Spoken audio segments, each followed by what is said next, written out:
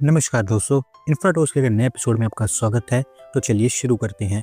पहली खबर की शुरुआत करते हैं केरला से, जहां पर दोस्तों केरला सरकार काफी एम्बिशियस दिखाई दे रही है हाई स्पीड रेल को लेकर। और अभी केरला कैबिनेट के द्वारा इसे इन प्रिंसिपल अप्रूवल भी दे दी गई है। तो दोस्तों जब से केरला के अंदर सिल्वर लाइन प्रोजेक्ट रुका है, केरला सरकार नए नए ऑप्शंस को एक्सप्लोर करने में लगी हुई है। रिसेंटली मेट्रोमैन ईस्ट रीजन के द्वारा एक elevated high speed rail project propose किया गया था केरला के अंदर, जिसको लेकर रेलवेज भी तैयार है कि वो उसको सपोर्ट करेंगे। पहले बताया जा रहा था कि वो आरआरटीएस की लाइंस पर बनेगा, लेकिन अब उन्होंने खुद ही ये क्लियर कर दिया है कि आरआरटीएस यहाँ पर एक सूटेबल ऑप्शन नहीं है। तो ये बिल्कुल ही एक डिफरेंट काइंड का हाई स्पीड रेल प्रोजेक्ट होगा, जहाँ पर 200 kmph की टॉप स्पीड होगी और एवरेज स्पीड 135 kmph के पास रहेगी। ना तो एक कंप्लीट हाई स्पीड सिस्टम होगा और ना ही आरआरटीएस होगा। काफी यूनिक यहाँ पर आपको चीज देखने को मिलने वाली है, क्योंकि आरआरटीएस में जहाँ पर हर 5 से 10 किलोमीटर के डिस्टेंस पर स्टेशन बनते हैं, यहाँ पर हर 20 से 25 किलोमीटर के डिस्टेंस पर स्टेशन बनाए जाएंगे। टोटल इसकी लेंथ 583 किलोमीटर के आसपास होगी, तिरुवनंतपुरम से कासरगोड के बीच। और टोटल 4 पार्ट्स में इसको डिवाइड किया गया है, जिसमें पहला फेज तिरुवनंतपुरम से त्रिशूर तक होगा 24 किलोमीटर का। ओवरऑल 1.92 लाख करोड़ रुपीस के आसपास खर्च आएगा इसको बनाने के लिए। और टारगेट ये किया जा रहा है कि 2033 तक पहला फेज खोल दिया जाए और ओवरऑल 12 सालों में सारा का सारा रेल प्रोजेक्ट ओपन किया जाए। अगली दोस्तों अपडेट आंध्र प्रदेश से है, जहां पर एक मेगा शिप बिल्डिंग क्लस्टर होकर नई पोर्ट को सेटअप किया जाएगा और इसको लेकर स्पेशल पर्पस व्हीकल का फॉर्मेशन स्टार्ट हो चुका है। तो दोस्तों ये पोर्ट और शिप बिल्डिंग क्लस्टर दुग्गाराजापट्टनम में बनकर तैयार होगा, जो कि तिरुपति डिस्ट्रिक्ट के अंदर आता है।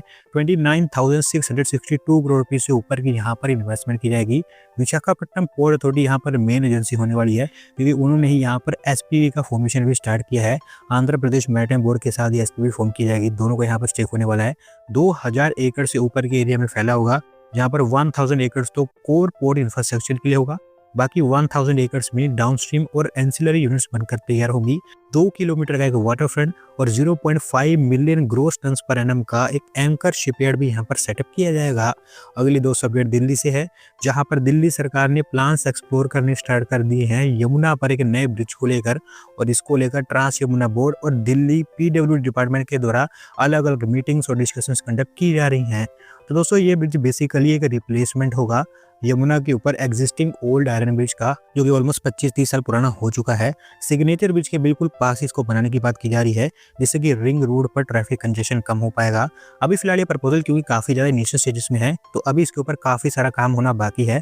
सबसे पहले ओल्ड वजीराबाद से कालिंदी कुंज के बीच पूरी रोड स्ट्रेच की फिजिबिलिटी कंडक्ट की जाएगी, और अगर फिजिबल पाया जाता है कि ये ब्रिज बन सकता है, तभी इसके ऊपर काम आगे बढ़ेगा।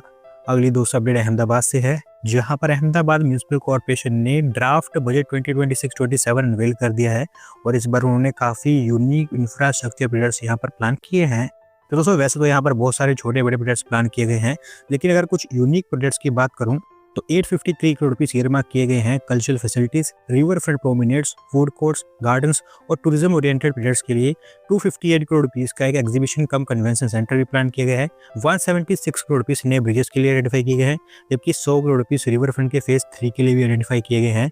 इसके अलावा वाटर मेट्रो को लेकर भी यहाँ पर कुछ बातचीत की गई है, जहाँ पर 1 करोड़ रुपीस ईयरमार्क किए गए हैं, जिससे कि सबसे पहले इसकी फिजिबिलिटी स्टडी को कंडक्ट किया जाएगा।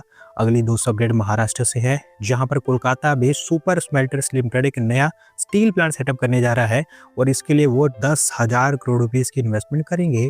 तो दोस्तों अभी जस्ट क्योंकि इसकी अनाउंसमेंट की गई है, तो ये तो नहीं बताया गया है कि कहां पर ये बनकर तैयार होगा, लेकिन हाँ कंपनी ने उनकी प्रेफर्ड लोकेशन गढ़चिरौली को पता है, जहां पर कई सारे मेटल और मिनरल प्लांट्स ऑलरेडी बन चुके हैं और बन भी रहे हैं। अगले कुछ ही दिनों के अंदर मोस्टली 1 दिनों के अंदर एडवांटेज विदर्भ समिट होने वाली है महाराष्ट्र के अंदर, और वहीं पर इस इन्वेस्टमेंट को लेकर एमओयू साइन कर लिया जाएगा। अगली दोस्तों अपडेट तमिलनाडु से है, जहां पर स्वीडिश कंपनी बुल्टन ग्रुप एक नई मैन्युफैक्चरिंग फैसिलिटी को सेटअप करेगा, और इसके लिए उन्होंने तमिलनाडु सरकार के साथ एमओयू साइन कर लिया है। तो दोस्तों ये कंपनी बेसिकली फास्टनर्स मैन्युफैक्चर करती है, जैसे कि स्क्रूज, नट्स, बोल्ट्स, इस तरह के जो हार्डवेयर डिवाइसेस है, फिर हार्डवेयर सिस्टम्स है, वो इनके द्वारा मैन्युफैक्चर किए जाते हैं। तमिलनाडु में भी इसी तरह का सेम काम किया जाएगा उनकी इंडियन सब्सिडरी के थ्रू, और बोथ डोमेस्टिक और इंटरनेशनल मार्केट्स के लिए प्रोडक्ट्स यहाँ पर मैन्युफैक्चर होंगे। मेनली यूएस और यूरोप में इनको एक्सपोर्ट किया जाएगा। 525 करोड़ रुपीस की इन्वेस्टमेंट होगी और 2000 से ज़्यादा जॉब्स इस फैक्ट्री के थ्रू जनरेट हो पाएंगी। अगली दोस्त अपडेट हमारे डिफेंस सेक्टर से है, जहां पर डीआरडीओ ने सक्सेसफुली डेमोन्स्ट्रेट कर दी है solid fuel doctor ramjet technology को, और इसके चलते आप कह सकते हैं कि भारत एक एलीट लीग में शामिल हो चुका है। तो दोस्तों बेसिकली ये test integrated test range Chandipur जो कि उड़ीसा के अंदर है वहां पर कंडक्ट किया गया था, जहां पर मल्टीपल ट्रैकिंग इंस्ट्रूमेंट्स लगाए गए थे टेस्टिंग के दौरान और हर पैरामीटर पर ये खड़ा उतरा है। अगर आपको इस टेक्नोलॉजी के बारे में नहीं पता तो मैं आपको बता दूं कि long range air to air missiles बनाने में टेक्नोलॉजी काफी ज्यादा क्रिटिकल है और ग्लोबली बहुत ही कम कंट्रीज है जिनके पास में इस तरह के रामजेट टेक्नोलॉजी हो। तो अभी क्योंकि भारत ने इसको सक्सेसफुली टेस्ट कर लिया है और डेमोन्स्ट्रेट कर दिया है, तो भारत उन गिनी चुनी कंट्रीज की लिस्ट में शामिल हो चुका है।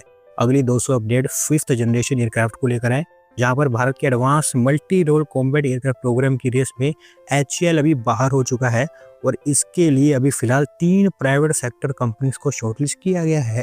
तो दोस्तों आपने देखा होगा कि जब भी हमारे देश में नए टाइप के एयरक्राफ्ट, हेलीकॉप्टर्स या फिर किसी भी तरह के बड़े डिफेंस प्रोडक्ट्स मैन्युफैक्चर करने होते हैं, तब हर बार HAL फ्रंट रनर रहता है। लेकिन 5th जनरेशन एयरक्राफ्ट के केस में ऐसा नहीं है, क्योंकि HAL अभी बिडिंग स्टेज में ही बाहर हो चुका है।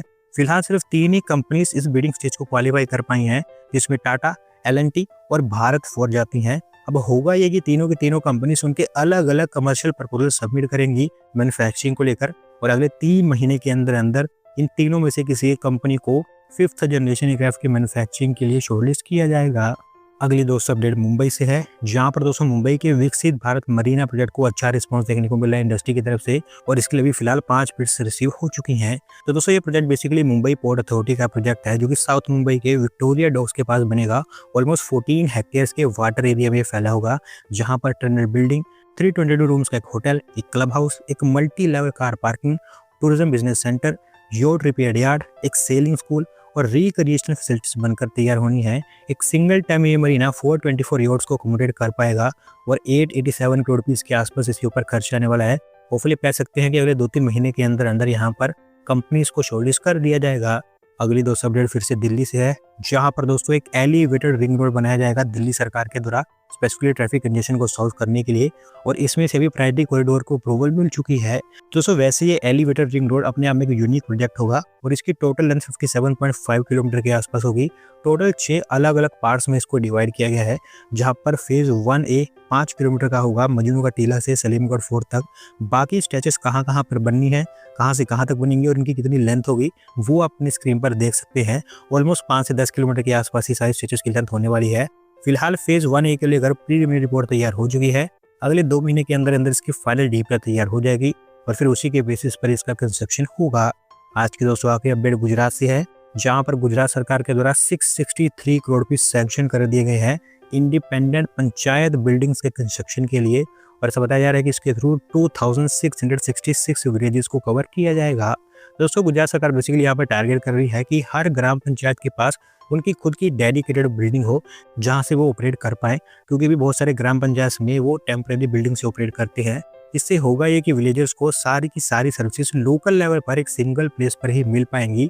फंडिंग तो यहाँ पर अप्रूव की गई है, उसके साथ साथ एक और अच्छी बात यह है कि इन सभी बिल्डिंग्स के कंस्ट्रक्शन को लेकर गुजरात के CM के द्वारा फाउंडेशन रखने का काम भी किया गया है। तो दोस्तों आज की वीडियो में बस इतना ही। अगर आप अपनी तरफ से अपडेट सबमिट करना चाहते हैं तो डिस्क्रिप्शन में दिए गए लिंक पर क्लिक करके सबमिट कर सकते हैं, और अगर आज की वीडियो पसंद आई हो तो वीडियो को लाइक करें, चैनल को सब्सक्राइब करें। धन्यवाद वीडियो को देखने के लिए।